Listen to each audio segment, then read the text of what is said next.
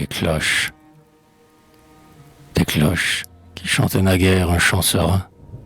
Tu les prendras bientôt pour en fondre l'airain, et de nouveaux canons rouleront sur tes grèves.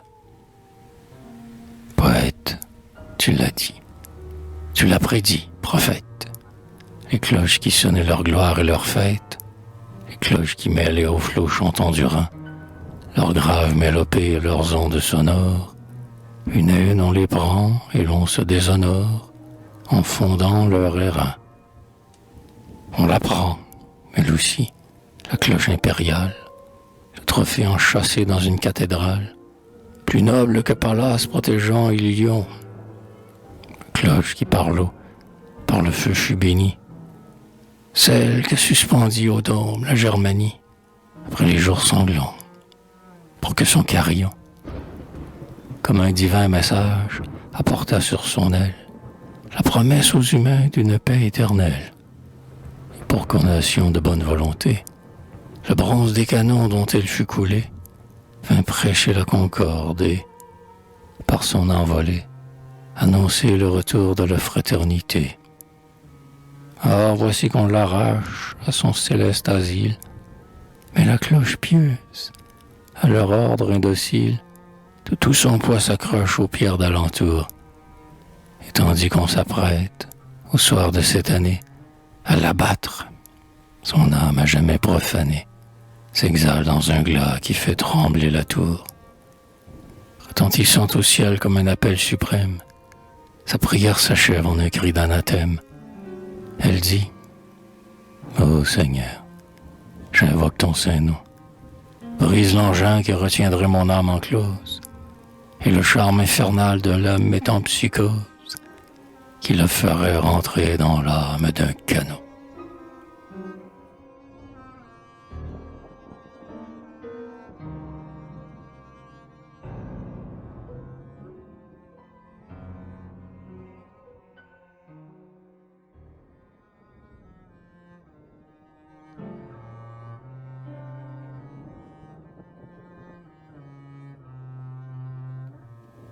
Une voix.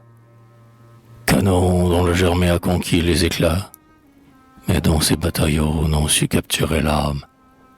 Au moment où tu vas renaître dans la flamme, chantant l'appel du glas. Ton airain qui palpite et fond dans la fournaise, où sa métamorphose approche de sa fin, frémit aux seules pensées de son futur destin, sur la terre française.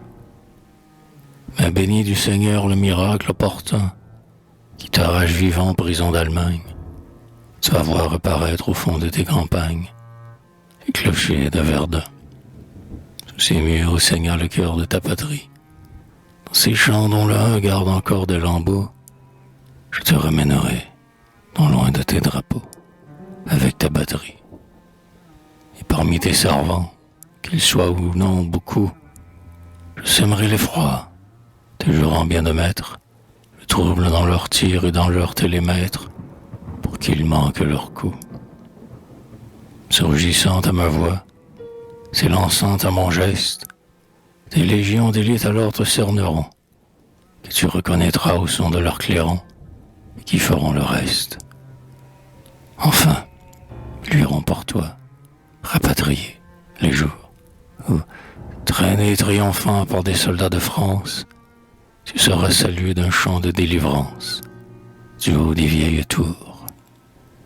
Rome t'aurait offert en hommage à Bellone. Ici, pour honorer l'exil où tu vécus, on t'enverra garder les canons des vaincus, au pied de la colonne.